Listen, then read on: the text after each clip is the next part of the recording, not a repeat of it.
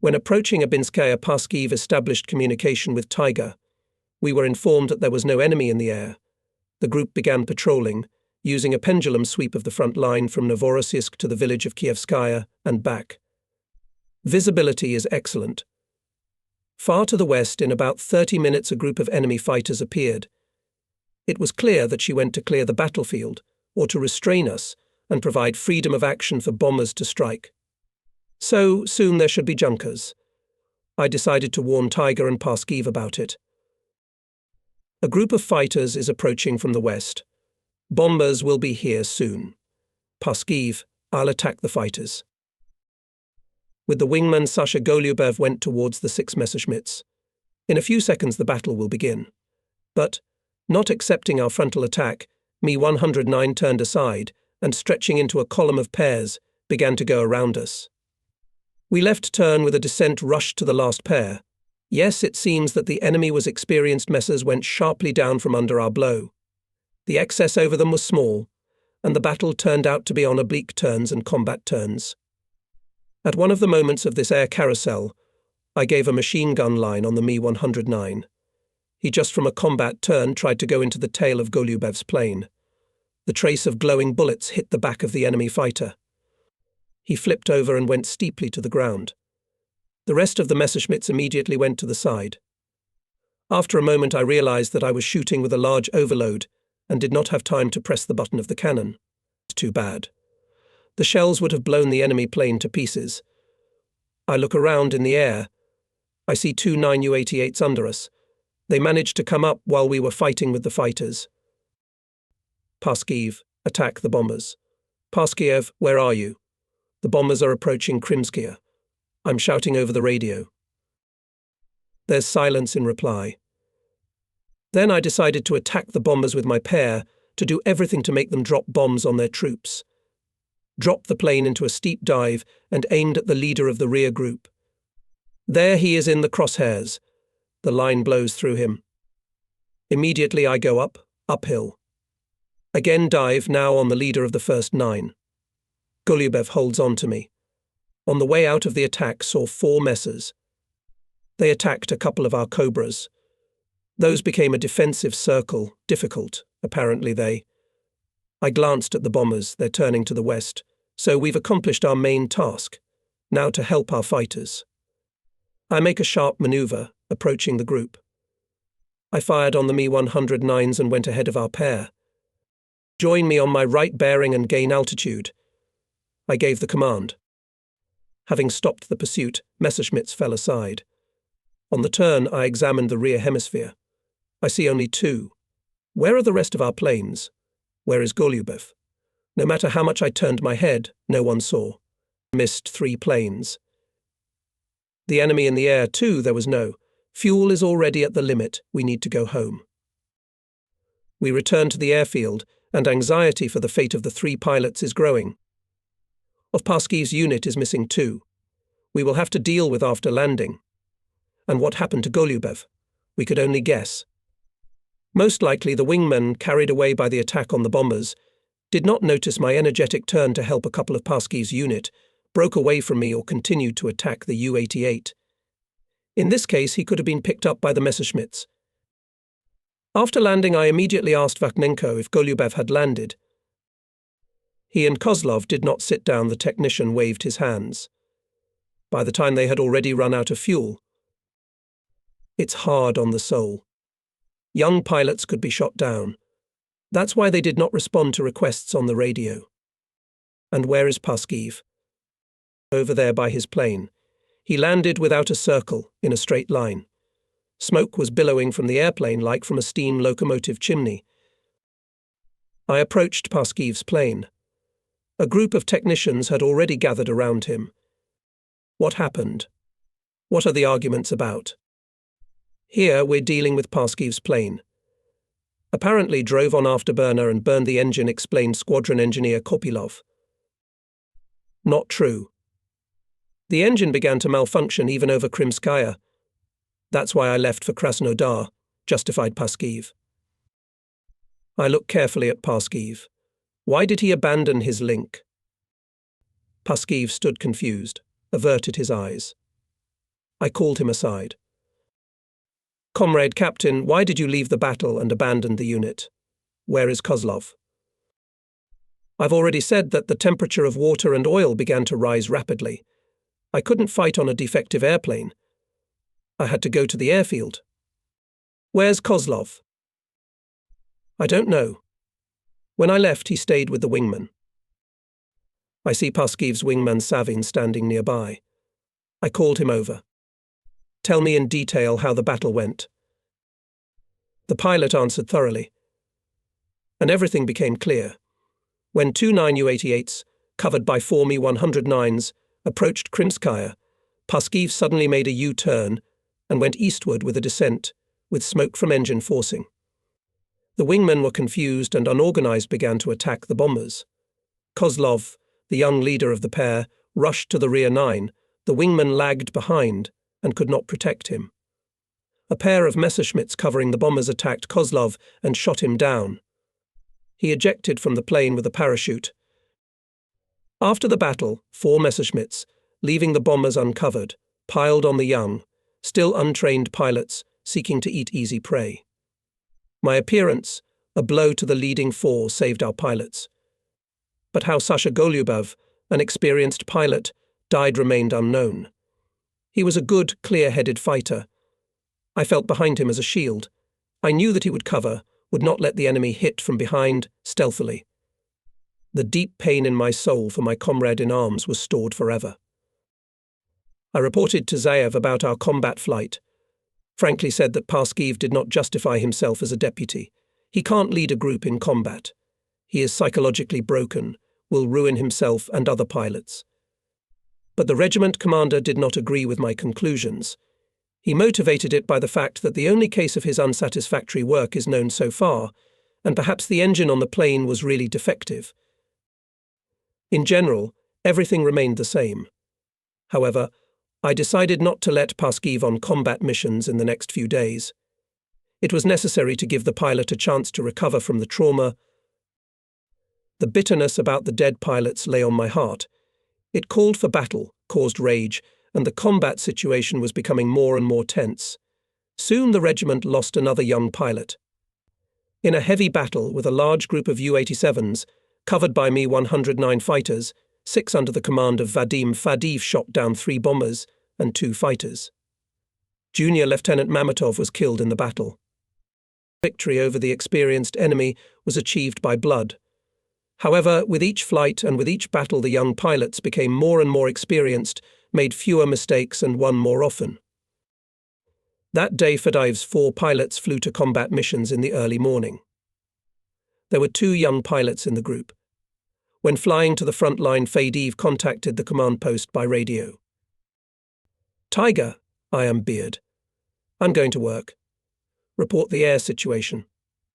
An enemy group is approaching. Be attentive." Vadim Fadiv took the call sign Beard. This call sign corresponded to his appearance. When you hear it, you immediately imagine Vadim's smiling face with an impressive shovel beard. "Tiger, I'm Beard. I see the enemy. Attack." A group of U-88s covered by Messerschmitts was attacked from above. The attack was successful. 2 enemy machines caught fire. Having lost the leading Mi-109 and the leader of the group of bombers, the enemy planes turned to the west with a descent.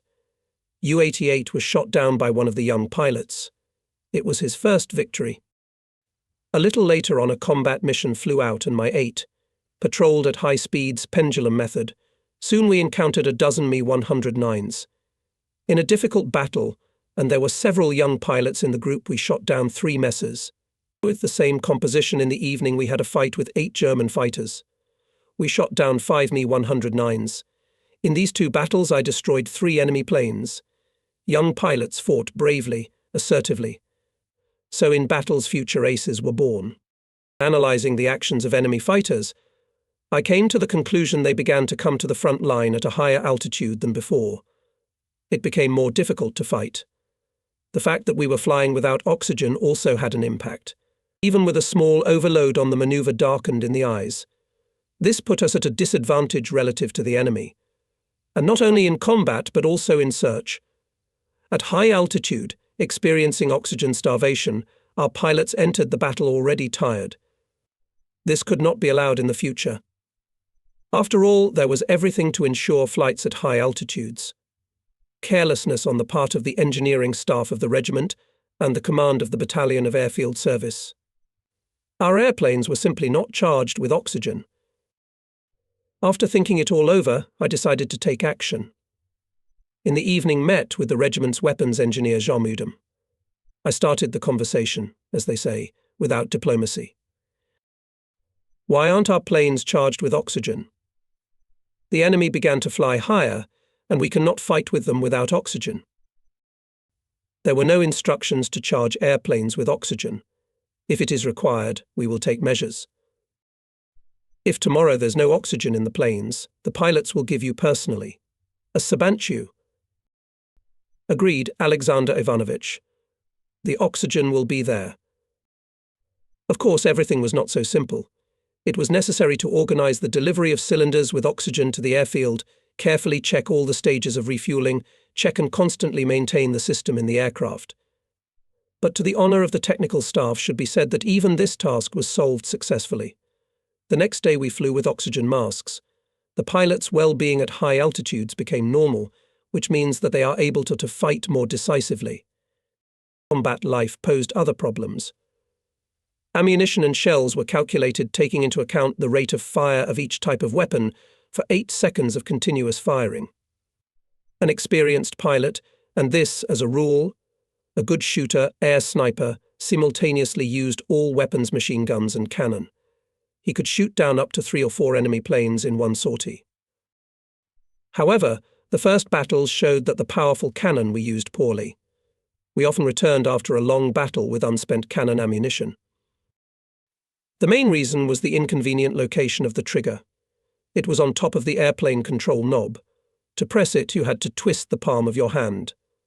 This interfered with the process of aiming. But it had a particularly negative effect when firing on piloting with overloads. The control of all weapons had to be redesigned to bring the gun trigger to the machine guns. I once had a conversation on this issue with engineer Jean Mudem. Soon you will have to store shells, I told him. How to store them? I don't understand you. And you ask yourself why the pilots from the battle bring all or almost all the shells and machine gun containers are empty. I still can't understand why pilots don't use the cannon much in combat, and the gunners report about it. I told them that it's inconvenient to press the gun button when firing, and advised to think about what can be done. As an experiment on my airplane, change the release of all weapons to a machine gun trigger. But, according to the manual, you can't do that. My dear engineer, the pilots fight, not the designer. Change it immediately on my plane, and then on the fighters of our squadron. We'll thank you for that. Apparently, I convinced the engineer. Now I'll gather the technical staff, we'll think over the scheme, determine the scope of work. I think it can be done. But you take care of the conversation with your superiors. Soon I tried firing the trigger. Everything worked well. In the future we had no problems with this issue. A few days later, having worked the task of covering the troops on the front line, the regiment relocated to a dried-up dirt airfield near the village Popovicheskaya. Here already stood the 45th Air Regiment of our division. And in the village settled the headquarters of the compound. The quiet village was filled with military men with aviation insignia. The pilots were accommodated in huts drowning in blossoming fruit trees. After Krasnodar, the conditions here were, as they say, terraced. We soon forgot our accommodation in a dilapidated warehouse. There we froze at night. The rest of the soldiers, tired in the battles, was disturbed by bomb explosions. They were often dropped by single night bombers, and anti-aircraft gunners firing at night interfered. But here it's different. Soon after the relocation, I went to the battalion headquarters. This time, on purely personal matters, I tried to find out if there was no data on the location of the military unit in which Maria should serve. I never gave up hope that she, like me, was also somewhere in the Cuban. But the messages were not encouraging. There was no such military unit in the vicinity.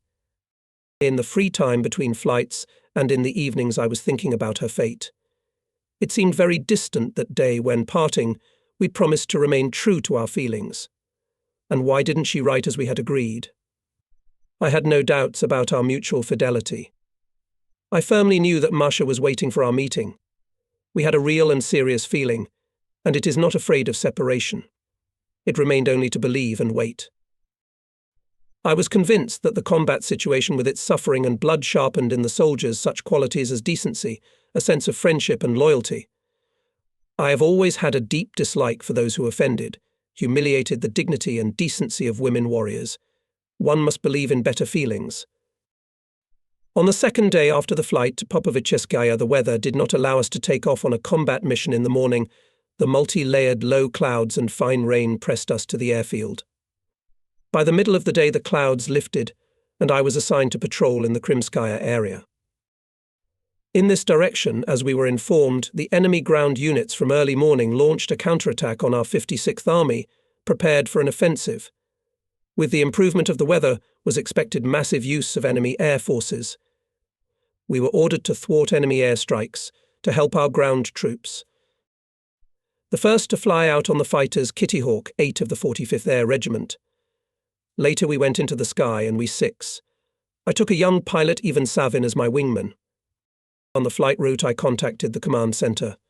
Tiger reacted immediately. 3 9U-87s are coming to Krasnodar. Cover the city. The order was accepted, and we took a new course.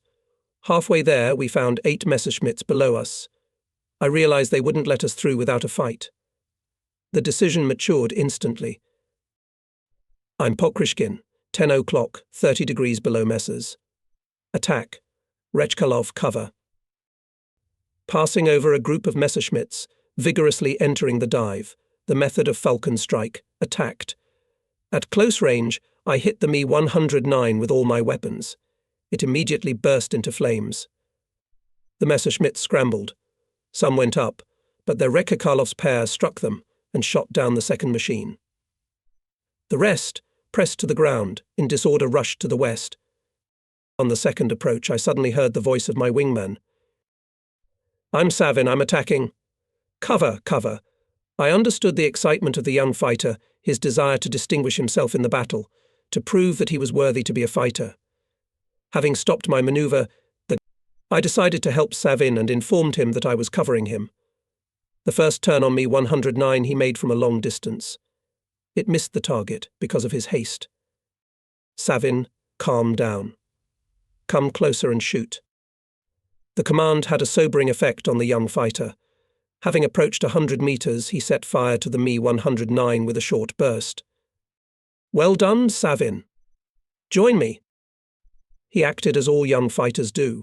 Even experienced pilots sometimes make mistakes in determining the range to the enemy aircraft. In those small seconds of attack, it seems that the target is very close. That's when the wings of the enemy aircraft will fit into the sighting ring, then you can open fire.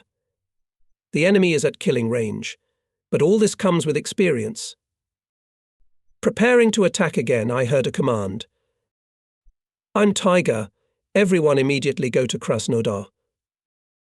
Escaping Messers are a good target, but the order must be strictly obeyed. Having stopped the pursuit, we took the direction to the city. At the approach to Krasnodar, we saw in the breaks of clouds groups of bombers. They were going westward between the tiers of clouds. They were pursued by a group of the neighbouring regiment, which flew out before us. We were much lower, had not yet gained altitude after the fight with the Messerschmitts. It was inexpedient to chase the bombers they would leave anyway. Besides, we were bound by the order of Tiger. We made a few circles. There is no enemy in the air. I decided to go to Krimskaya. In the area of Abinskaya, we tried to attack in the tail of 4 Me-109s, but we found them in time. I gave the command to turn all of a sudden, deciding to go into a frontal attack. The leading Messerschmitt, pressed from above by clouds, took on a vertical line of sight with a large preemptive and let through the path of fire. Messer piled on the wing and went to the ground. The remaining trio quickly dived into the clouds and disappeared. It was felt that the fire of all weapons with accurate aiming justified itself. It was very convenient to shoot, having one common for guns and machine guns trigger. We turned to Krimskaya and suddenly found a Kitty Hawk fighter in the air. He was travelling alone. Apparently broke away from the group of the 45th Air Regiment. We can't leave it behind. A loner easy prey for Messerschmitts. I ordered him to join our 6, and as it turned out, it was done in time. In a few seconds we met a large group of enemy fighters. The fight began. Such a merry-go-round started in the air that you had to keep your eyes open.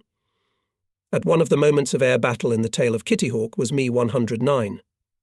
He rushed to the rescue, with the Messer in his sights and the Kitty Hawk ahead. A powerful burst could kill them both. I turn off the gun toggle switch and hit the enemy plane with a machine gun burst. Just as I was turning around, I turned on the cannon switch. Then and Me-109 rushed past me, attacking the Cobra. I made a deep turn with a big overload. I catch the enemy plane in my sights. Open fire. The trace went lower. Holy shit. Pressed against the seat by the overload, I was below the line of sight. That's why I missed. I quickly leaned back against the back of the seat, back to the line of sight. I'm not letting go of the enemy. I'm following him. Only at 30 meters I missed the engine and cockpit of the Me-109. He's finished.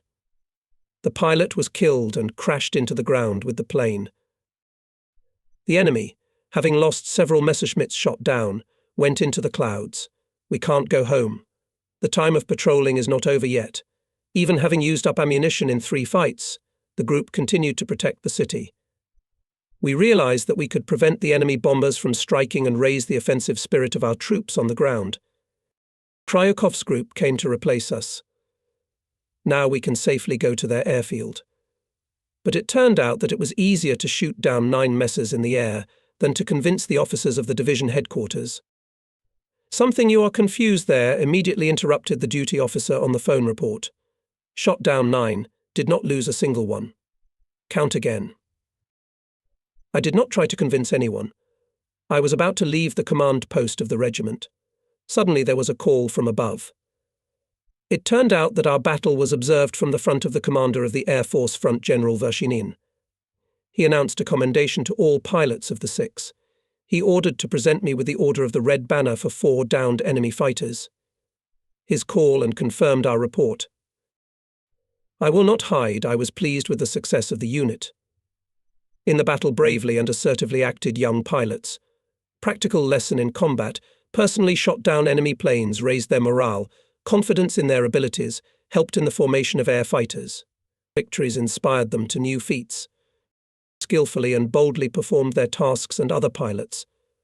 Kryukov's squadron, which replaced our group on patrol, also distinguished itself that day. Having met with 4 Messerschmitts, the pilots bravely entered the battle. Kryukov shot down 3 Me-109s. This battle also saw General Vershinin. He announced to Pavel Pavlovich Kryukov gratitude and ordered to present him for awarding the Order of the Red Banner.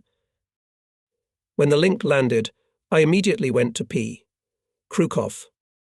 Pal Palik, I congratulate you on the successful results and the upcoming award. Tell me how the fight went. After you left, 4 Me-109s tried to attack us, but we rushed at them ourselves. Soon they began to run away. I shot down 3 Messers in succession. Well done. And how did the young ones act? This time worse than you'd expect. They broke away from me and stayed far behind. If they had been near me, the 4th Messer wouldn't have gotten away. We once again, already in more detail, began to analyze the dynamics of the battle.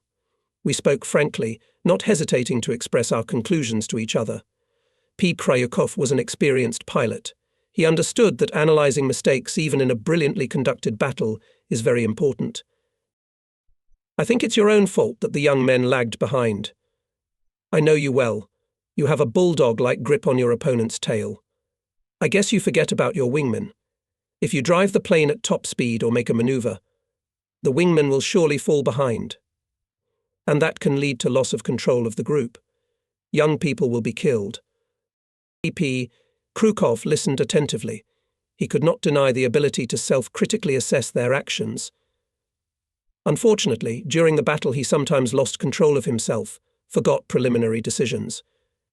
This put his partners in a difficult situation, but when analysed he agreed with the harshest conclusions. "You're right, but in this battle the messers would have gotten away. My advice for the future: you sometimes complain that your wingmen abandon you, or maybe you create such conditions yourself." "All right, Sasha, I'll keep these conclusions in mind." Soon after talking to Krukov, our group took off. We went as a 6. I took Paskiv as my wingman. We had to involve him in the fighting. There is still hope to restore his fighting qualities. Before the flight, I had a quiet talk with my deputy. "You'll fly on my plane. It works perfectly. Your task is to cover me in battle. Stay close to me. If you're attacked, I'll help you out." When approaching Krimskaya, I first heard on the radio, and soon saw the air battle of B, Glinka's group with fighters. Glinka with enemy fighters.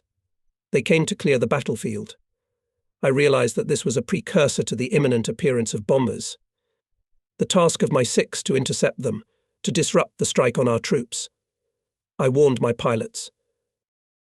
"I'm Pokrishkin, at 3 o'clock, 0 degrees combat. Be attentive. We're gaining altitude." Immediately after this warning, Paskiv made a turn and disappeared in the direction of Krasnodar. I tried to get him back in line, but he didn't even respond. At that moment, I will not hide, I was terribly angry with him. There were 5 of us left. There are 3 young pilots in the group. It will be difficult to fight, but it is better to be in fewer numbers than to have an unreliable partner. You rely on him, he'll let you down. There was no time to be indignant. From the west showed a column of 3-9 bombers U-87, covered by fighter escorts. We went to meet them. Passing under the first 9, a Falcon strike attacked the leading. From the powerful trace of the bomber broke in half. I went up to take the initial position for a new strike on the second 9. I see a burning U-87 falling to the ground, and the others, having dropped bombs on the location of their troops, in disorder turned to the west. It was a favourable position to pursue and destroy them one by one. However, the situation changed not in our favour. Appeared 6Me-109, with a move rushed at us. The middle pair of our young pilots, which earlier covered me during the attacks of bombers, became in a defensive circle and fought off the messers. We had to rescue them immediately. The leader of our third pair, Rekolov, successfully hit me 109. I also rushed to the enemy. This forced the remaining 5 Messerschmitts to get out of the battle and then leave in the western direction. In the combat, Sortie managed to shoot down only 3 enemy aircraft. Given the total contribution, they were divided among our 3 pairs, but the burned enemy machines is the second thing. The main thing, the group did not allow the bombers to hit the ground troops. The combat task was accomplished. I reported to Zayev on the results of the combat sortie. "Why did Paskiv left?" asks the regiment commander. "It is difficult for me to say anything," I answered uncertainly. I did not want to now, as they say, under the hot hand to decide the fate of a man. For leaving the battlefield must be judged. But Paskiv must first be examined by doctors. Maybe his psyche is disturbed. Let's look into it later. While flying home, I thought over, in my opinion, a useful proposal for the use of our groups in the upcoming battles. I expressed it to the commander of the unit. It is necessary to fly 3 or 4 units at the same time. The enemy began to make massive strikes. A weak group of 4 or 6 fighters to repel such a blow is impossible. The regiment commander seemed to agree with me, but when he began to set the task for the next combat flight, suddenly made amendments. Having finished refueling planes, you will fly 8. The first will go Normenko's wing of 4 airplanes, and you and your link will take to the air in 30 minutes, increasing the efforts of the first group. The second pair in your squadron will fly Krukov. Comrade Commander, you can't do that. I will not have time to take off, as the link Normenko already burned. And then mine. Normenko is a young commander. He's never led a group on his own. Allow me to fly 8 at once. Execute the order. What was I supposed to do? Argue with the regiment commander. Normenko's wing took to the air. The pilots of my group ordered to sit in the airplanes with radios on and wait for the command to take off. I listened attentively to Normenko's negotiations with the Tiger. I listened and became more and more worried. The situation in the area of Krymskaya, judging by radio traffic, was threatening. 15 minutes after the takeoff, Normenko, I could not stand it, gave the command to take off. Immediately led the unit to the area of cover. Over Krymskaya already accumulated about 100 U-88s. When we approached, the last 9 were coming in for bombing. The platoon rushed to the attack. We had to prevent them from dropping bombs. I aimed at the 9 Junkers, which became on a combat course. In seconds the bombs would fall. We were in a hurry. Smoke trails stretched out from the gunners' cabins towards us, creating diving high angular velocity for the gunners. I take in the sight of the leading plane. Here he is near. I'm taking my turn. Attacking, I didn't notice how Krukov broke away from me. He rushed at the bombers in the middle of the column. Only I had time to shoot down the leader when I heard Arkady Fedorov's voice. Pokrishkin messes in the tail. Go away. I reacted instantly and got out from under the attack of 4 Mi-109s. And then me and Fedorov, my wingman, spun with them. We could not break through to the bombers now. After landing, we began to sort out who didn't return. A far-fetched flight with building up of forces brought losses. Normenko and his wingman were shot down. Kryukov, who decided to act independently in the battle, was shot down, as well as his wingman. They landed forcibly in the field. The flight once again confirmed the truth: you cannot fly in small groups. You cannot include in one group of equal in position superiors. This led to the defeat of a pair of Kryukov, put me and Fedorov in a difficult situation. The death of Normenko caused pain in the soul, burning resentment at the irresponsibility of some comrades, which before the flight I warned in the inevitable failure. Another combat day is behind us. It began with a brilliant victory and ended with the death of combat comrades. With Nikolai Normenko I flew often. Not once fought with superior enemy forces. I strived to make him a good commander. He was an honest and brave fighter. In the last combat flight he, knowing that he was sure to be shot down, bravely rushed into the attack on the armada of enemy aircraft. This pilot fulfilled his sacred duty as a fighter to the end. Approaching the command post of the regiment, met the commander of our air army, General Normenko. Greeted him. Pokrishkin, why are you so angry? He asked after saying hello. Comrade General, you can't fight like we did today. What are you dissatisfied with? Be more specific. The fact that we are fighting with outstretched fingers. We cover our troops from the enemy's powerful airstrikes with separate 4s or 6s. Tell me, how do you think we should act? Let's go for a walk and talk. I knew General Normenko well. Under his personal leadership, I had to perform special tasks, more than once to talk to him. I knew that he treated me with trust. His attention disposed to a frank conversation. Told the commander about observations of enemy actions, expressed an opinion on how to better organize the coverage of objects on the front line. Analyzing the actions of the air enemy shows that he makes massive strikes by bombers 2 or 3 times a day, and beforehand sends up to 12 or more Messerschmitts. They have the purpose to bind our patrolling group, to restrain it. Our fighters in these conditions cannot always disrupt the strike bombers. In the expected time, raids should be sent to cover 2 or 3 independent groups of fighters, 6 or better 8 aircraft each. This will require, of course, an increase in combat sorties. However, all pilots, and I talked to many on this issue, approve of this option. They agree to fly twice as much as they do now. This is understandable. Pilots strive to successfully perform combat missions. In order to have a firm confidence that the enemy bombers flew out, apparently should be reconnaissance and eavesdropping on enemy radio traffic in the air. General Normenko I told in detail about the last battle. I did not hide the fact that the squadron lost 2 pilots due to an unwise decision to use the build-up of forces in the battle. Well, thank you for your frankness. It's a good idea. We'll think about your suggestions. I realize that we can't expect drastic changes at once. It would take time. And the environment doesn't wait.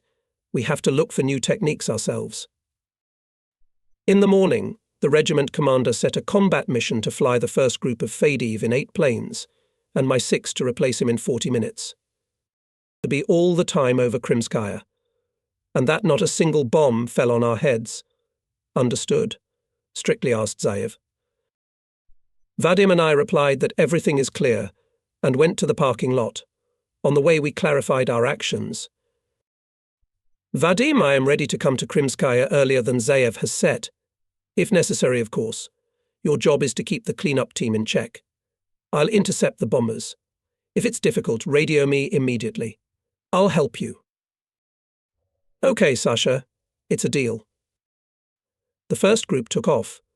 Pilots of my 6 sat in the airplanes and turned on the radios. I also listened attentively to the air. About 20 minutes later, I heard Fadiev's voice. I beard. I see 8 masses. Prepare for battle.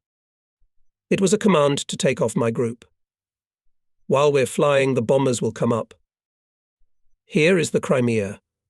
Fadiev's group is fighting with Messerschmitts to our right. Beard. I'm Pokrishkin. How are you? Everything's all right. 3 of them are already down. Need a hand? We'll manage on our own. Do as we planned. Ahead, to the left and below, to the front edge were sneaking 39 U-87 dive bombers, covered by 4 fighters. They went in column one after another at a distance of up to 1 kilometre.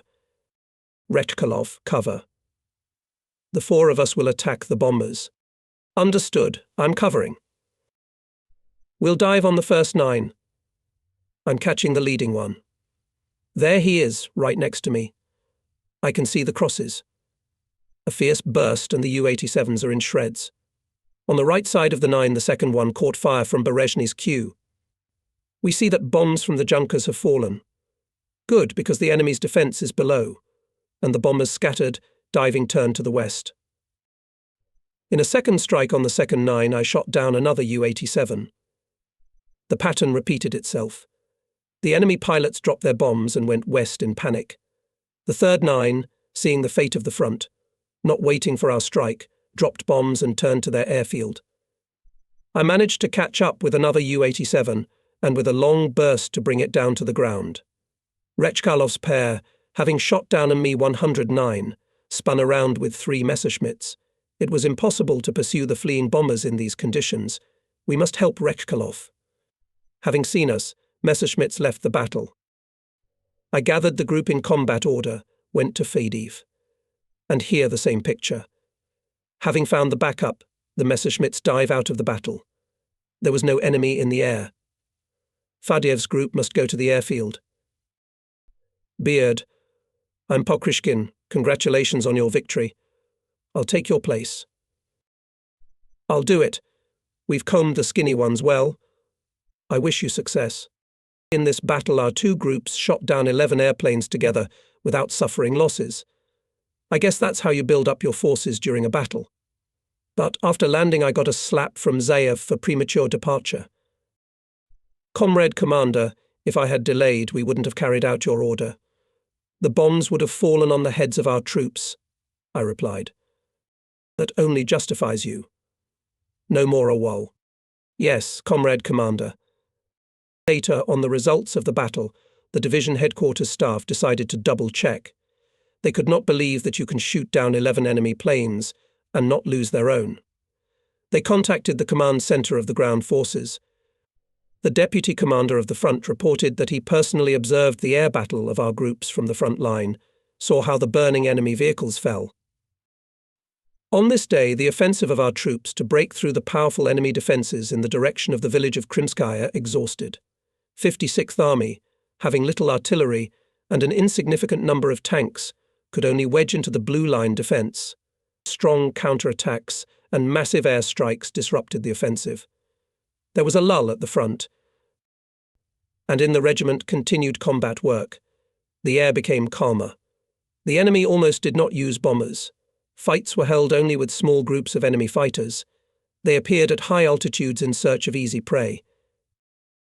Once, patrolling in the Krimskaya area, I decided to teach these profit-seekers a lesson.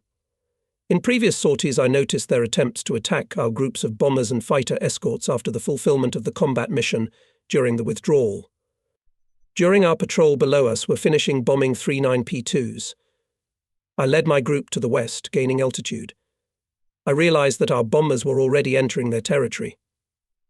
I gave the command to turn around. The group followed them with a steep descent. The calculations were justified. Hitler's hunters were already creeping up from behind to our P2s. Passionate about pursuit, the enemy pilots did not notice us. At high speed, we came close to the Messers. A short attack and won me 109 turned from hunter to game. The second Messerschmitt dodged from under the blow of Savin, my wingman. Peaking to the ground, the enemy went away. We couldn't pursue him. We would lose altitude, and we needed it for patrolling. We returned to the area covered by us with a combat turn, and soon went to the airfield. The result, although not great, but still one of Hitler's aces, will not return to their own. Toward evening, I was called to the command post. Zayev set the task to fly out immediately and at the airfield of Taganrog to burn the Yak-1 airplane. It is necessary to destroy it, he emphasized. There is to destroy the Yak. I go to the plane and think, how could our fighter be on the enemy airfield? How much trouble such an airplane can do in the hands of the enemy?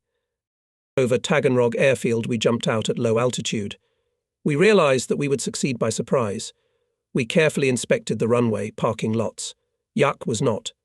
The enemy anti-aircraft gunners became alarmed, opened fire. Our small group responded with an assault and went home. Failure bothered me. A year ago, I flew the Mi-109 on special missions. And now I was sure that the enemy was using the Yak to his advantage. I had to be alert.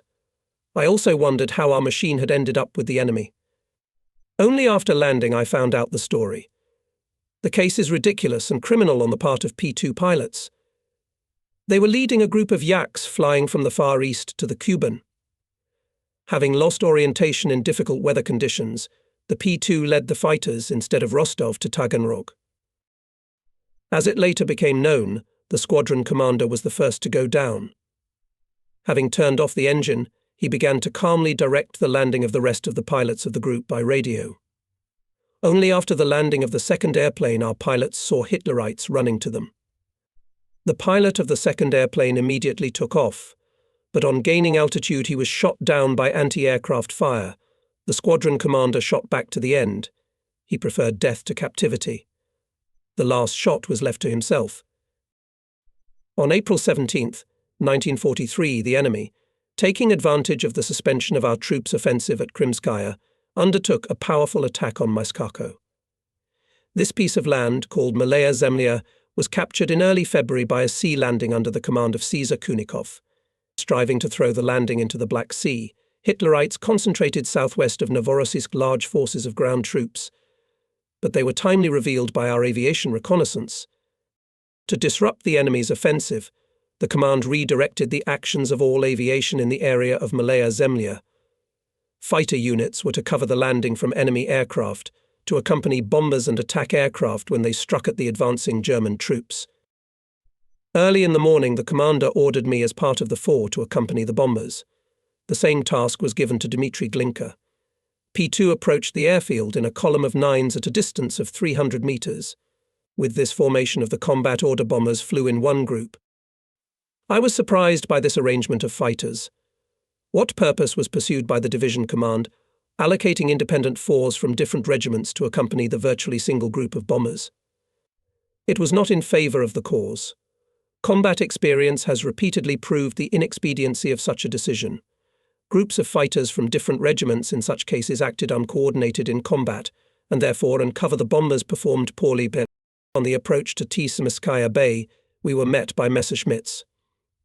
Glinka his four began to gain altitude, where soon engaged in battle with enemy fighters. The escort group in all cases goes together with the bombers and does not allow them to attack enemy fighters.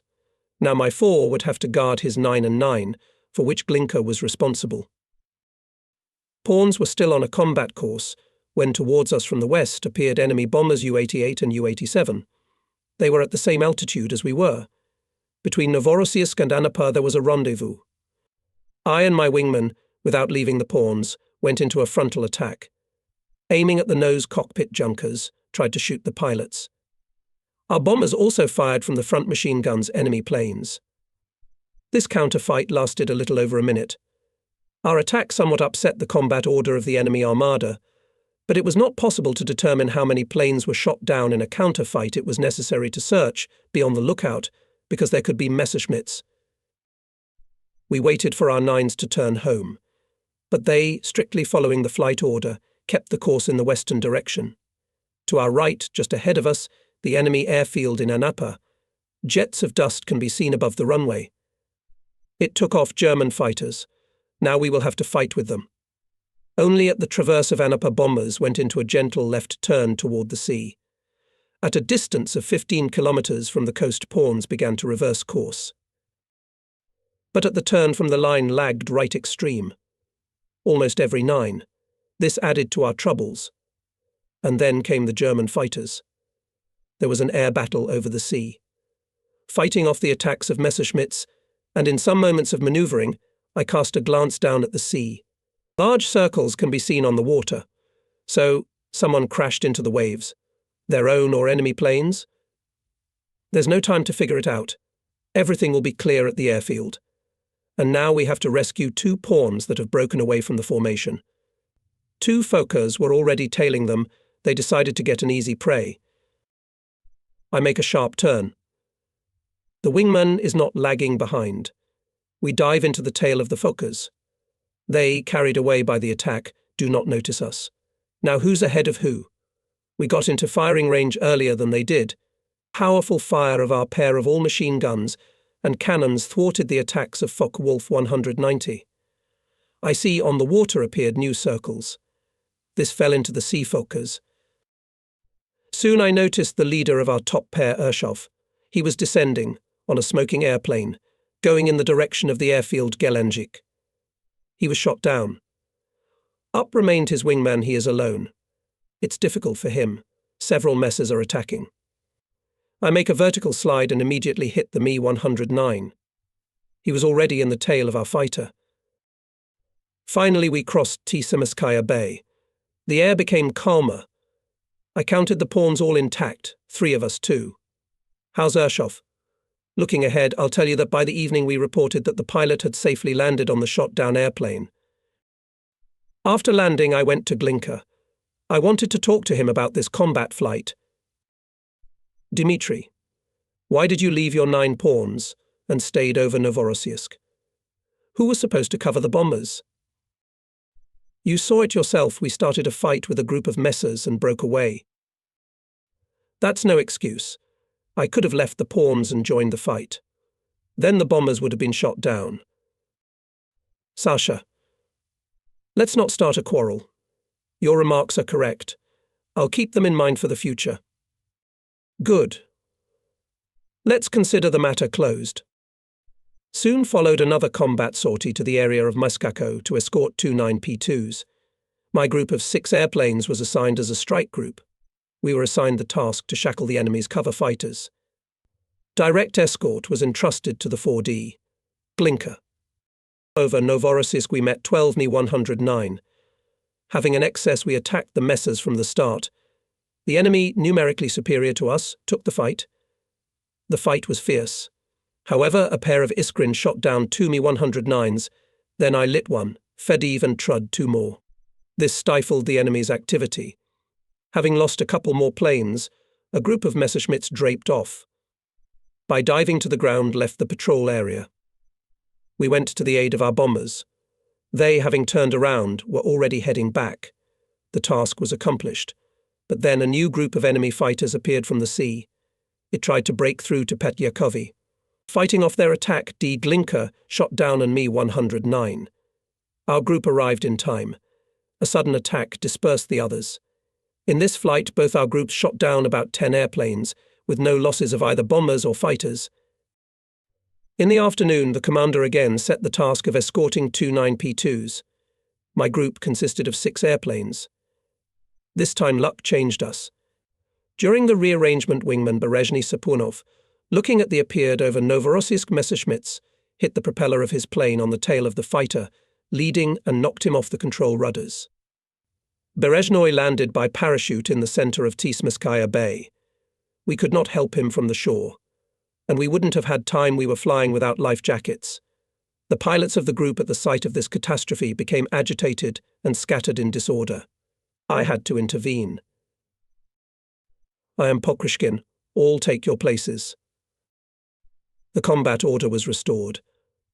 I decided what to do with the wingman. Should I give him a command to go to the airfield? It's dangerous. One of them will surely be shot down. It's scorching hot here now. Enemy fighters are like mosquitoes over a lake. It's hard to fly with us in a damaged airplane. There was no time to think long. We're about to fight with the Messers. I asked on the radio. "Sapunov, how's your plane?" "Everything is fine," I heard in reply. I could sense from his tone that he was very worried and discouraged. Calm down and join my pair. This time the flight went without serious contractions. Soon we went to our airfield. After landing, I approached Sapunov's plane. He was sitting in the cockpit and sobbing. With difficulty, I managed to calm him down. Of course, it is very hard to be guilty of the death of a comrade in arms. My heart was also scratching. Vladimir Berezhnoy was my pupil, a capable pilot. In the following days, in the sky above Malaya Zemlya, our forces were added. The pilots of the 3rd Aviation Corps arrived to Kuban, entered the battle. This unit was assigned the task of covering the area. It was commanded by E.Y. Savitsky, and our regiment provided combat operations of bombers and attack aircraft. One of the sorties in the area of Malaya Zemlya almost was the last for me. That time we flew 4 to escort L2 attack aircraft in the middle of the day. After takeoff, I found out that the radio receiver on my airplane had failed. According to the instructions, I had to stop the flight and land. However, it was dangerous to leave a group of 3 fighters without a leader. I decided to continue the flight on a combat mission. When crossing the Tismeskaya Bay, I passed at speed from the left side of the attack group to the right. Ahead was Novorossiysk. Just at these seconds, me and my wingman were attacked by a pair of Mi-109s. Urshov warned about the enemy by radio and spun with the Messer. I, of course, did not hear his signal. The leading Mi-109 managed to get into the tail of my plane. Intuition made me look back. Mi-109 was hovering in the tail in 50 meters. Abruptly through the plane with fully given rudders in a slanting roll. Ahead of the enemy for a moment, the entire firepath of the 3-gun Messerschmitt passed below the wing. The enemy was so close that through the noise of the engine I heard this cannon line. Apparently, the pilot of the Mi-109 thought I was shot down and without wasting time headed for the attack aircraft. I was seized with rage, and my wingman did not act in the best way in this flight. Abruptly took his plane out of an oblique turn and rushed after the Mi-109, clearly intoxicated with his success. Another moment, and the enemy in my sights. Probably in these seconds the fascist noticed the mortal danger. With an energetic flip, he leaves my sight and dives vertically to the water. I'm after him. The low altitude at which the battle took place did not allow him to break away. On the way out of the dive, he got in my sight again. 2 good bursts killed the Mi-109, and it went to the bottom of the bay, where only 2 minutes ago it was going to send me. With a combat turn, I regained altitude. Only at that moment I felt that I was wet with sweat. Yes, victory is not easy. Having attached Urshov to me, we went to escort the Ilovs. In that sortie, they made a powerful assault blow on Hitler's troops' accumulation. On April 20th, the enemy made desperate attempts to destroy our landing. In the air, the situation became even more heated. In the first sortie to escort a group of P2s, we took off as a trio. The leader of the second pair had a malfunction. In this flight, we managed to repel all the attacks of Messerschmitts, but the battle was complicated by a single P2 going below the group, damaged by anti-aircraft guns. On the return route, already approaching Novorossiysk, I saw 2 Focke-Wulf 190s tailing him. I and my wingman, Ivan Savin, dived down on them. The attack was lightning fast. We immediately shot down both of them. Apparently, the enemy pilots did not notice how they themselves became a target. After that, I jumped out to the group of our bombers, and Savin stayed to cover the P-2, which was shot down. That was going to the airfield to Gelendzhik. Having provided a safe landing of the bomber, Savin, despite my strict order to land at this airfield, decided to catch up with us. But practice has confirmed dozens of times a single plane is a sure target. Unfortunately, it turned out so. Savin was soon attacked by a pair of hunters and shot down in the foothills north of Gelendzhik. So we lost another very capable young pilot. The next day we again escorted 2 9P2s. We flew 6. Zayev ordered to include in our group Parskiv with wingman Stepan Verbitsky and assigned them the top pair in the combat order. After bombing, bombers on the traverse of Anapa began to turn toward the sea. Parskiv's pair somewhat broke away from our 4 and flew to the shore. I gave Parskiv a command to approach our group, and immediately I saw Formi 109 jumping out of the clouds. They were going to attack. Parskiv, behind the messers, turn on them and attack head-on. I gave the command and immediately went to help. Verbitsky, following orders, rushed to the 4 Messerschmitts. Parskiv dived under our group. 4 messers attacked a single plane, quickly set it on fire, and disappeared behind the clouds. Before our eyes, the wind blew Verbitsky on a parachute into the open sea. We could not help him in any way. After landing, the commander of the unit, having listened to my report on the course of the battle, asked, "What are we going to do?" When we were flying home, I couldn't get this case out of my head. How to explain that a pilot, a combat pilot in the past, behaves like this? Parskiv had fought bravely before he was shot down. Maybe the medics should check him out, although the act is disgusting, but we need to look at all sides. Soon at the medical commission, Parskiv really revealed serious abnormalities. Severe trauma has disturbed his psyche. Rarely, but it happened that the pilot after that could not cope with himself. Parskiv had to be thoroughly treated. Later he was transferred to the aviation communications and faithfully performed his tasks. This case spoke of many things.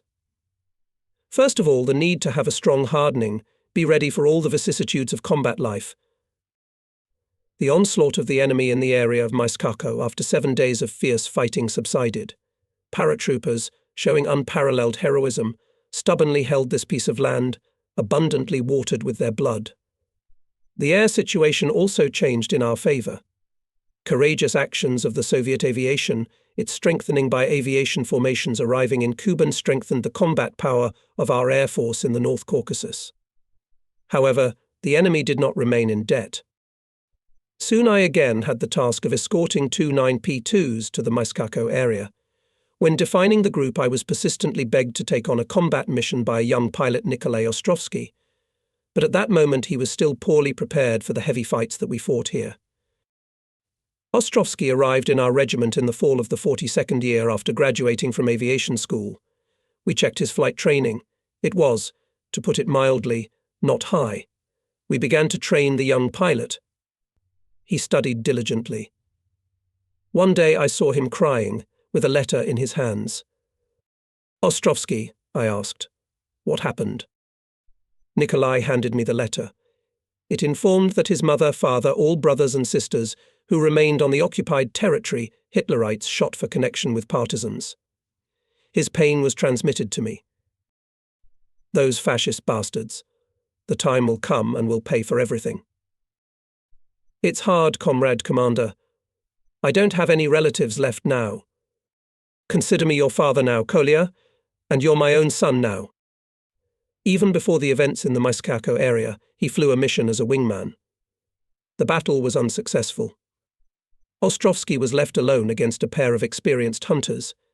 In a difficult battle he was shot down, but successfully landed, returned to the combat unit. We had to give him a few days' rest. Now he was eager to take to the skies again. His persistence won me over. I appointed him wingman in my pair. We flew as a foursome. The second pair was headed by Pavel Kryukov. After leaving the airfield, I noticed a jet of black smoke behind Ostrovsky's plane. He began to fall behind us. Ostrovsky, what's wrong with your engine? Why are you lagging behind? Nikolai was silent. He didn't answer repeated requests. Then I ordered him to return to the airfield. Not reaching the foothills of the Caucasus, Ostrovsky turned toward the airfield. Went home, order I decided. Bombers bombed and, as always, continued on a combat course almost to Anapa. Over the sea on the turn from the second 9 lagged behind the outer P2. I knew that in case of attack of enemy fighters it would be attacked first. That's why I flew next to him. At some point I looked at the 4 Messerschmitts that appeared on the left.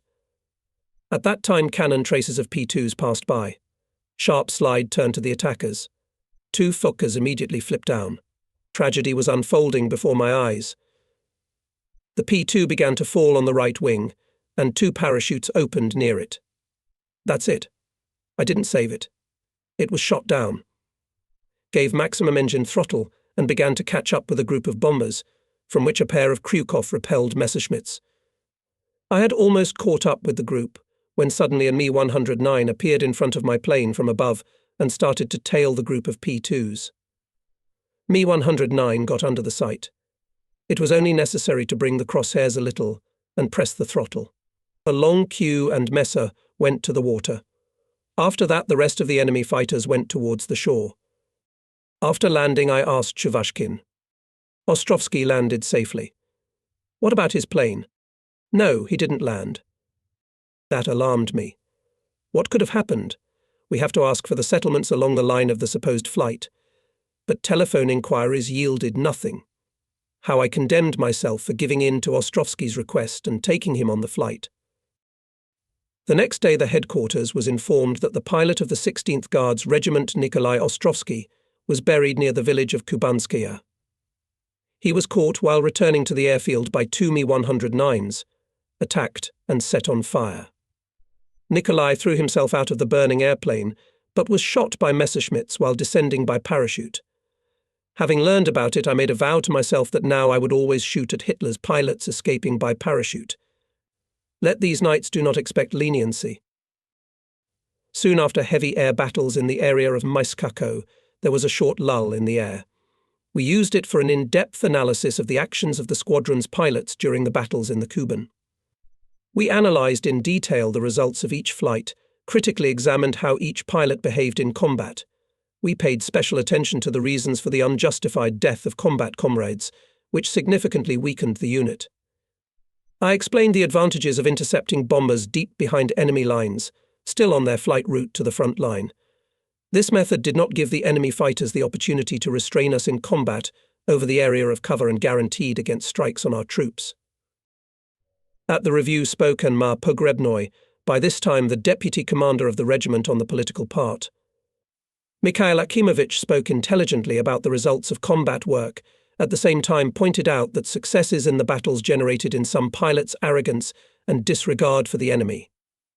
The most experienced squadrons of fascist German fighters are acting against us, and this requires high organisation, discipline from our pilots, their constant vigilance, self-criticism in assessments. After the review, Pogrebnoy called me aside. Alexander Ivanovich, I am very concerned about Fadiev. He has great success in battles. But lately he has begun to show recklessness and disregard for the enemy. This could end badly for him. Young pilots are trying to imitate him. Your great friends. Talk to him. I've thought about it myself many times. Vadim's insolence was indeed sometimes beyond reasonable limits, and he's a squadron commander. I agree with you, Mikhail Akimovich. It's true I've already told Vadim that many times. I'll try to influence him more firmly. And soon there was a reason for a serious conversation. In one of the last sorties, Vadim's tricks almost led to his death. Coming from a combat mission, he, after landing the pilots of the group past shaving flight, almost clinging to the tops of trees. He made a vertical slide and began a complex aerobatics. Fadiev piloted skillfully. And everyone was interested, of course, to watch the virtuoso performance of the most complicated figures. But at that time a pair of Mi-109s jumped out from behind the clouds. The fascists aimed to get into the tail of Fadiev's plane. Platoon Commander Fedorov, jumping into his plane, had time to shout over the radio, beard messers in the tail. Fadeve obliquely flipped out of the path of the guns. Messerschmitts, having failed, dived into the clouds. After landing Fadeve, I came to him. I was so angry. "What are you doing, Vadim?" Stupidly decided to die. "Just a few more seconds, and you'd be dead." "Sasha, don't swear. I saw them in time. Well, I had a little fun." "You're acting like a merchant." In combat flight, turning on the transmitter, singing arias from operas. Recklessly sometimes chasing individual messers, abandoning the control of the group. Who needs this circus? You're the commander, you should set an example. Understood. As a friend, I promise you this won't happen again. Unfortunately, it was hard for Vadim to change himself. Although after this incident he tried to restrain himself from rash, dashing actions. In the evening we flew to the neighbouring airfield to the bombers and left at dawn to escort them. The strike of 2 9P2s was the beginning of the offensive of our front on Krimskaya. It began on April 29th and lasted until May 10th, 1943. The enemy began to strike the Soviet advancing troops with large groups of bombers. Our regiment was assigned important tasks to cover the ground units. In the first flight to cover the battlefield, our 8 went to the Kerch Strait. There, applying the high-speed pendulum method of patrolling, waited for the appearance of enemy bombers. I was firmly convinced that they would fly from the Crimea. The calculations were justified. Soon, by the glitter of reflected sunlight from the enemy planes determined that in our direction are bombers, gave a command to the group. From the west, a large group of bombers. "Let's meet them." Fedorov to tie up the fighters' escort and the link attack junkers. We're approaching. Near the Kerch Strait saw 3 echelons of U-87s, the distance between which was up to 3 kilometers. In each echelon in a tight formation of 3-9 bombers. Fedorov fulfilled his task masterfully. His link boldly attacked 10 Mi-109, accompanying bombers, and restrained them in combat. Junkers remained without fighters. This provided freedom of action for my wing. Applying Falcon Strike, threw the plane into a steep dive. The wingman followed me. Towards us stretched dozens of smoke trails from turret machine guns junkers. Fire barrier on the way to the leading Center 9 seemed insurmountable. The gunners of 27 bombers were sending towards them more than 400 bullets per second. In 3 seconds, which was the time it took to get to the aiming distance and open fire on the lead U-87, we had to rush through the tracks.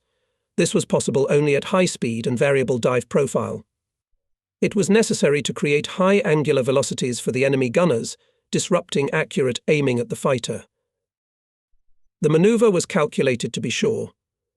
Having broken through the bullet barrier, I shot the leading U-87 at point-blank range and, having skipped over it, went vigorously upward to get into position for a new attack, shooting down the lead, and it was always the group commander, disrupted control and psychologically overwhelmed the enemy pilots.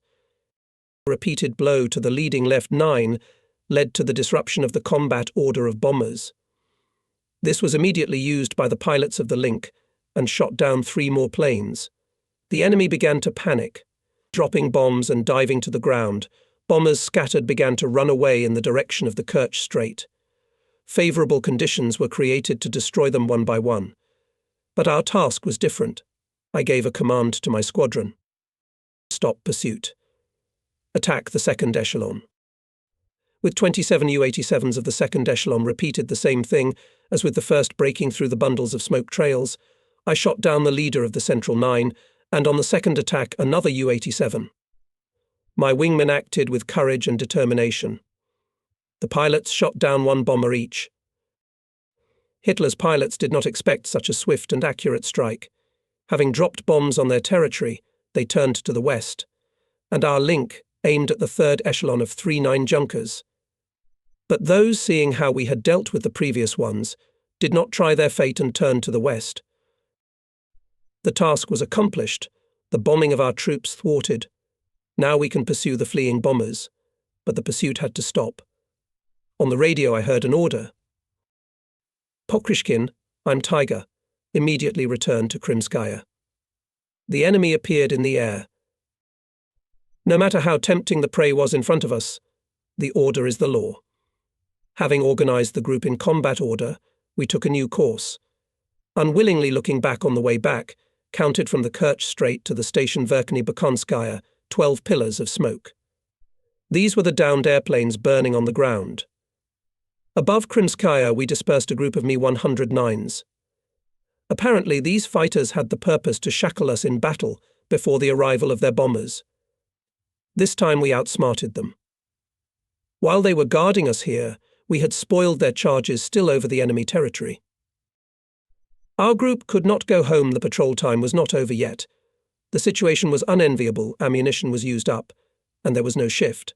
We were patrolling at speed. Suddenly we found a large group of enemy planes coming from the Black Sea. We counted up to 50 bombers and fighters. Again the battle, and there was almost nothing to shoot with. How the rest of the ammunition came in handy. I shot down the 5th bomber.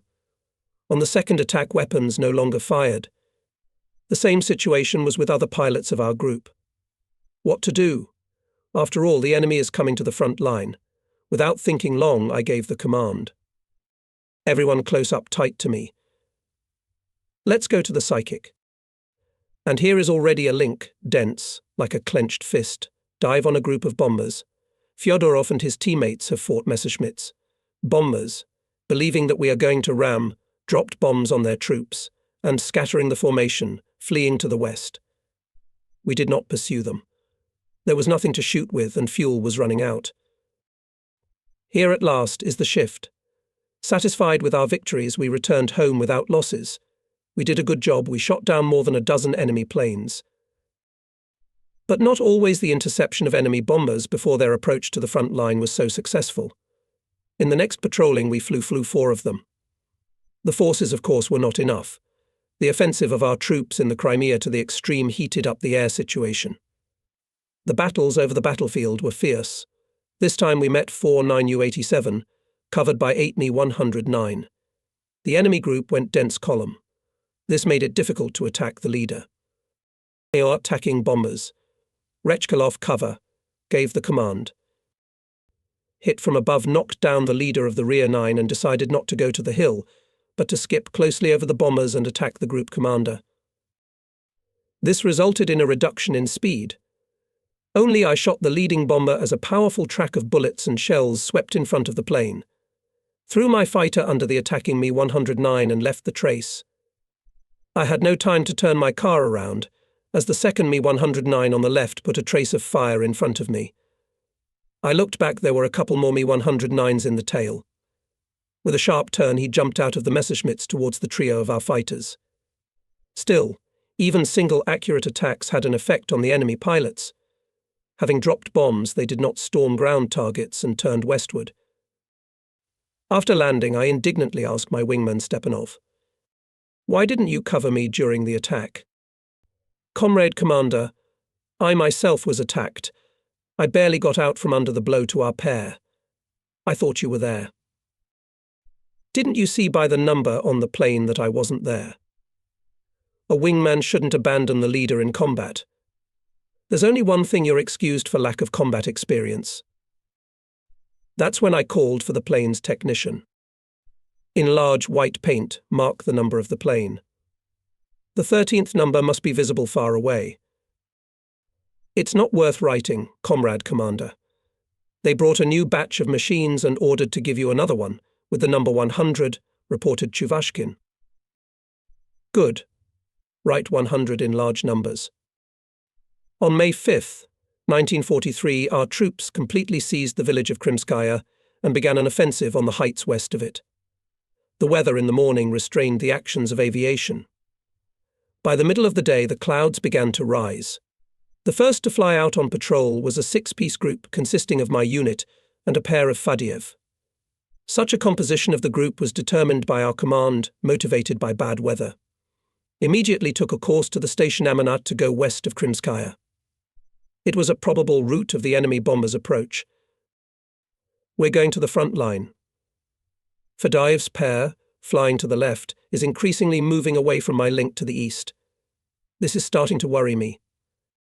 Beard, I'm Pokrishkin, come closer. Why are you pulling away? I'll be right there. But I didn't have time to perform the maneuver. West of Krimskaya, exactly above my pair, Heinkel 111 appeared from the clouds. He came so close above us that it was impossible to attack. Making a slide, I would have jumped out ahead of the enemy. I should have fallen behind. But the Heinkel pilots, probably scared, dropped bombs. They jumped behind the tail of my plane, and the enemy bomber immediately dived back into the clouds. In the first moments, I decided to break through the clouds and catch the Heinkel above them. But in those seconds, I saw a group of U-87s between the cloud tiers. They were reorganizing for bombing. Junkers, prepare to attack, I gave the command. And I went along the column and began to fire at the U-87s in succession. The situation in that battle was not simple. After several attacks, to the left and right were two pairs of Mi-109s. They tried to take me in pincers. With a jerk up, and to the side I jumped out from under their blow and spun with them on turns. But the low altitude and the overhanging clouds did not give us an opportunity to transfer the battle to verticals. Stepanov helped us out. He came to the rescue in time and Messerschmitts dived into the clouds. Rekhalov's pair attacked the fleeing U-87s. After the battle, having gathered the group in combat order, we continued patrolling. Andrei Trud joined us. Recognizing him by his aircraft number, I asked him, "Where is Vadim?" He was hit and went home. Why didn't you accompany him? He was constrained by the Messers, couldn't get away. The situation with Fadiev alarmed me. I had to postpone my inquiries until we landed. From the side of us, at a distance of up to 2 kilometers, appeared 6 Mi-109. They flew parallel to our group and did not engage in combat.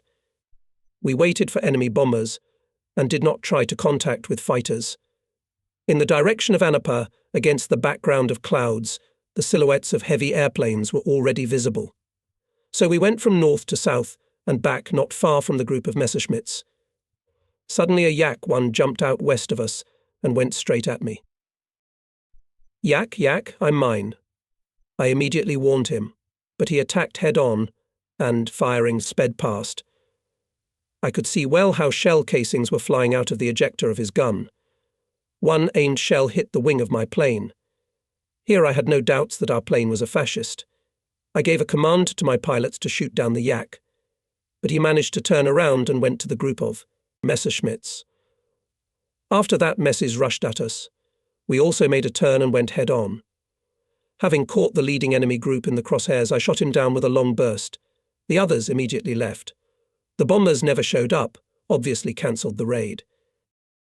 When we finished patrolling, we came to the airfield. "Fadiev sat down?" asked Chuvashkin after landing. "No, did not land." "Where is Vadim and what happened to you?" "Report."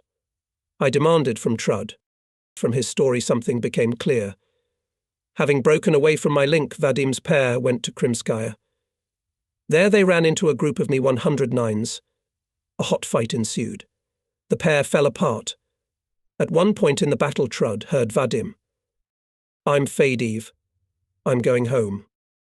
Fadiev was wounded, it was clear from his voice, and Trud could not get away from 2 Messerschmitts. We waited several days for news about Fadiev's fate. It became clear that Vadim was killed. After the liberation of Krimskaya, our troops fought hard for a week for the heights west of the village. This boundary allowed to go to the deep rear of the enemy's defence, to Novorossiysk. Hitlerites defended desperately. They transferred to this area all reserves and concentrated here a large air grouping. Fighting in the air was fierce. Our pilots selflessly engaged in fights with numerically superior enemy to disrupt the bombardment of our troops. In these battles, the regiment lost brave and capable squadron commanders Dmitry Koval and Mikhail Sutirin. I was also almost shot down over the Taman bridgehead. I was saved by chance. We flew out then, 4 of us early in the morning, to cover the area. In the group were pilots of the 3rd Squadron, which was left without a commander after the death of Vadim Fadiev. The wingman in my pair, I uncalculatedly assigned a young pilot with little combat experience. Approaching Krimskaya. solid tiered clouds. Enemy aircraft could only be at high altitude. I decided to break through the clouds. My wingman had no experience of flying in difficult weather conditions. He got away from us, and the conditions did not allow to search for him and add him to the Group 9 twin-engine bombers U-8088 were coming to the front line. I gave a radio command to the wingman to go home. The three of us rushed towards the enemy. There was no time to gain altitude for a falcon strike, and the second tier of clouds interfered. At first everything was going well, as it was planned. With a combat turn, I cut into the formation of the 9. At point-blank range, a long burst, shoot the leader. Having skipped the line of bombers, I looked to the side and back. The downed U-88 was smoking in the fall. I managed to notice the other bombers nearby. Bombs were falling down from them.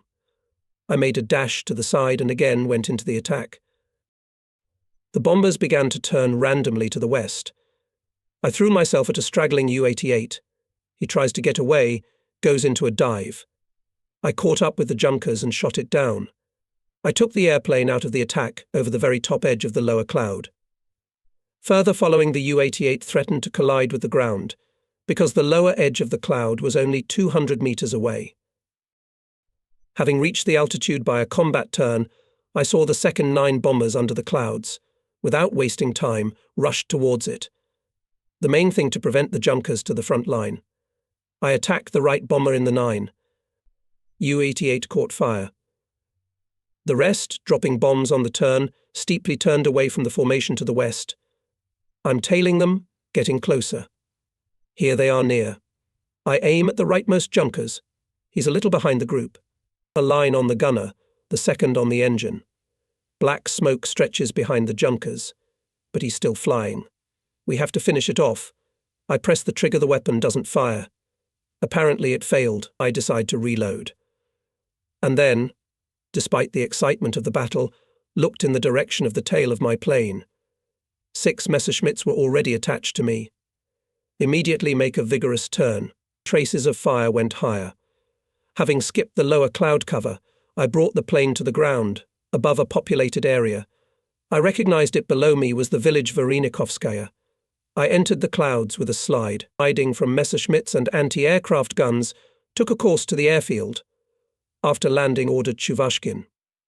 Check. For some reason, suddenly failed weapons. A few minutes later, the technician, grinning, reported. Weapons work perfectly. In the containers there is not a single shell and not a single cartridge. Yes, that's what saved me. If the weapon had fired for another 2 or 3 seconds, I wouldn't have come home today. The Messers would have finished me off, I said involuntarily. On the first downed bomber, which fell near the front line, the headquarters received confirmation of the rifle unit. It was credited to me. The second shot down deep in the enemy defences, and the third, shot down, which must have fallen later, went in favour of the overall victory. Starchikov in this battle also shot down a junkers from the first 9. We fulfilled the combat task, did not let our troops bomb. After May 10th, the offensive at the front stopped in the air, came relative calm. The situation allowed to summarise the results of the last battles, with a report on the actions of pilots made the commander of the regiment. He mainly summarised the results by numerical indicators, how many sorties, hours of combat flying, the number of battles, shot down aircraft. It is clear that the pilots listened to these data without much interest. But in these battles, for the first time, we used a lot of novelties. And the enemy has moved to a different tactics. He began to use height and manoeuvre more boldly. It became more difficult to shoot down Messerschmitts. Everyone was waiting for the speech of Mikhail Akimovich Pogrebnoy. This political worker was able to see the main thing. He always talked to us after combat sorties. The deputy politician knew well the dynamics of the battles and the actions of each pilot in them. Pilots and technicians of the regiment were frank with Pogrebny. They respected him very much for his attentive and kind attitude, for his ability to remove the depressed mood in case of failures, to arouse deep patriotic feelings. And now he managed to draw attention to himself. Briefly recalling the successes of the regiment and personally pilots in the battles for the Crimea, Pogrebnoy among the best named Vadim Fadiv, he said, and fell silent, as if thinking or letting us remember this pilot. Everyone was quiet and waited for what he would say about Vadim. Worrying, sometimes silent, he told us about this wonderful man and an excellent air fighter, about his death. Listening to Pogrebnoy, I thought about Vadim. No one knew him as well as I did. We were connected by personal and combat friendship. Nature generously endowed Fadiv with rare physical and spiritual qualities. Inexhaustible energy and optimism, a sincere sense of camaraderie were admired by everyone. In difficult times for me, Vadim always tried to support me in word and deed. Vadim's death was the heaviest loss for me since the beginning of the war. Without belittling his virtues, I thought a lot about the true reasons that led to his death. The nature of the Volga bogatyr, confident in his extraordinary abilities, often manifested itself in disregard for the dangers of battle, in overestimating their capabilities. I was older than Vadim, had more life and combat experience. I tried as a friend to advise and correct him, especially in matters of tactics. In the last combat flight, he, as a squadron commander, showed self-confidence, apparently decided to act independently. This was his fatal mistake. Pogrebnoy dwelled on the issues of formation of high moral and combat qualities in pilots, emphasized the need to improve tactical training. Having finished his speech, M.A. Pogrebnoy addressed the pilots.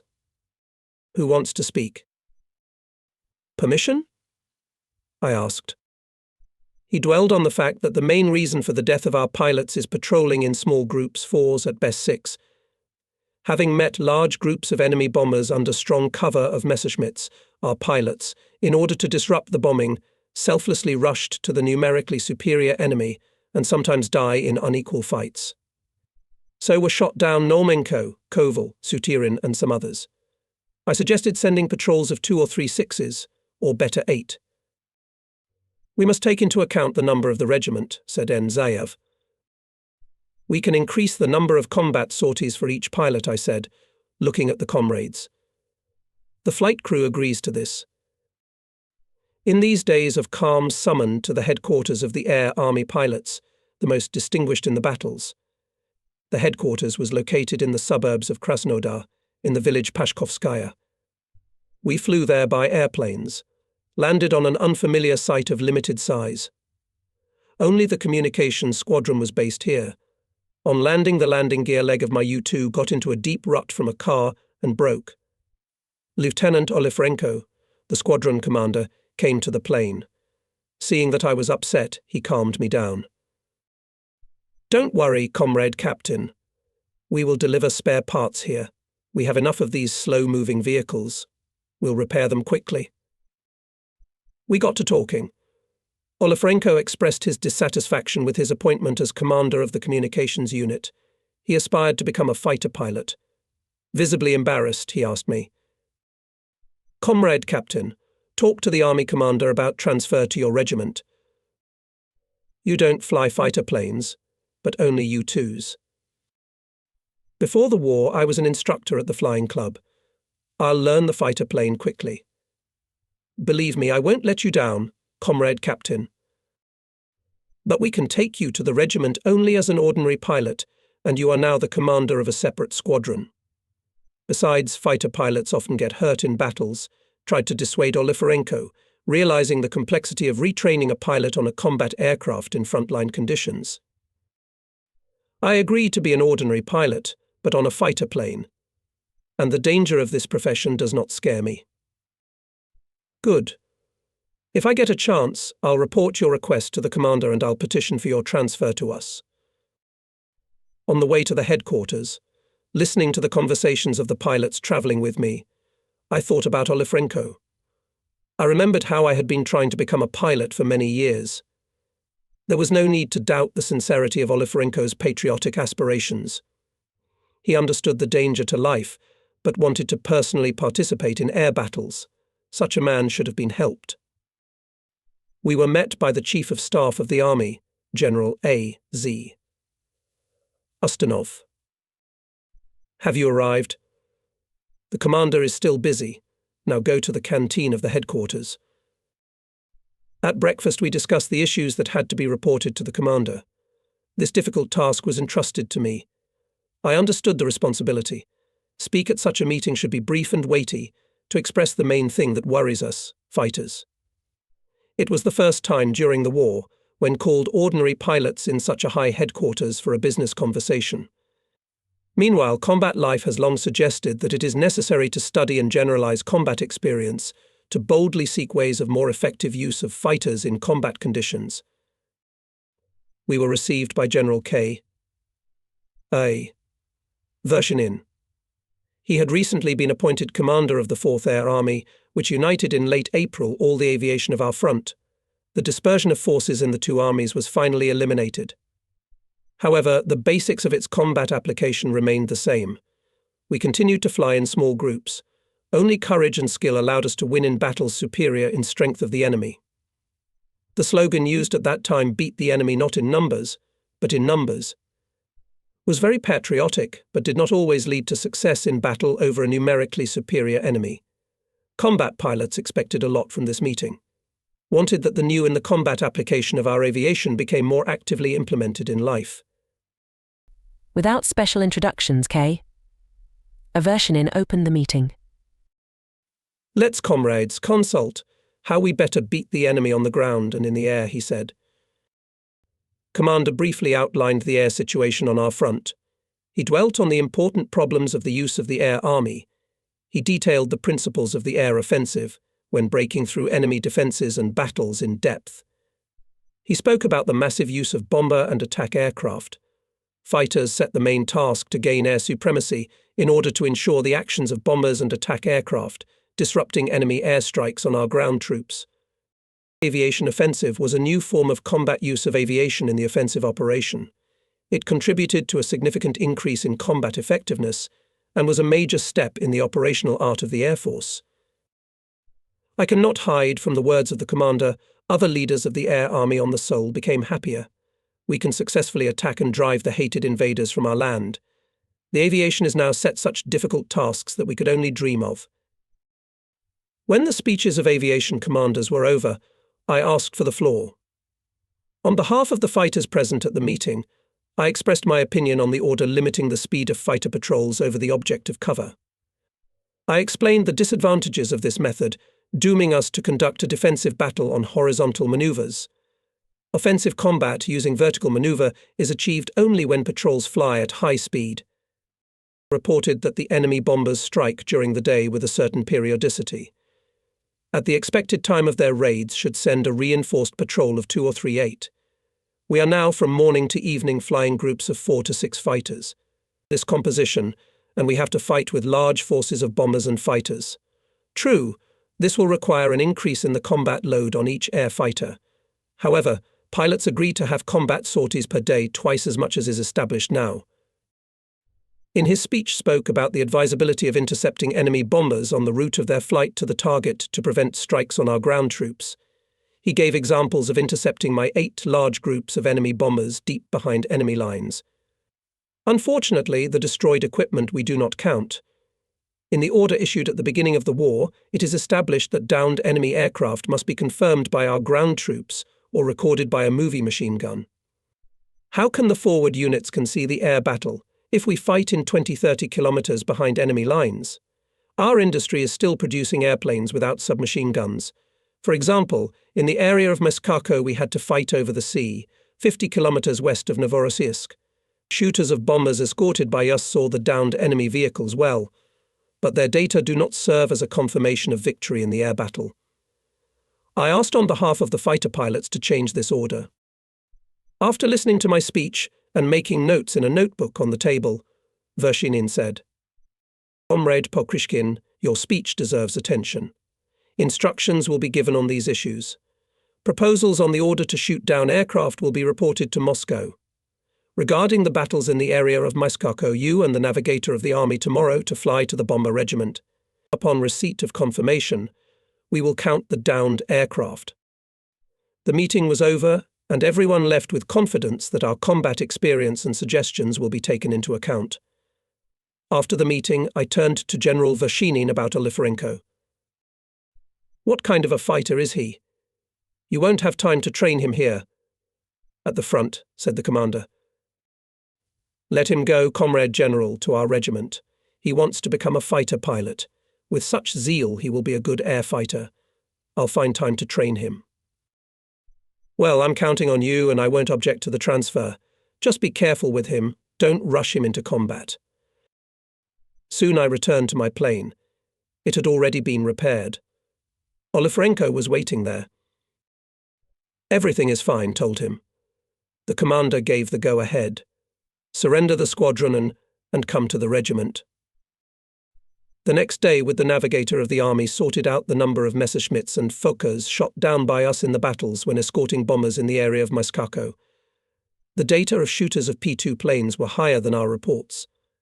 Talking with the commander of the bomber regiment, I bitterly said that recently I did not save the P-2 and it was shot down.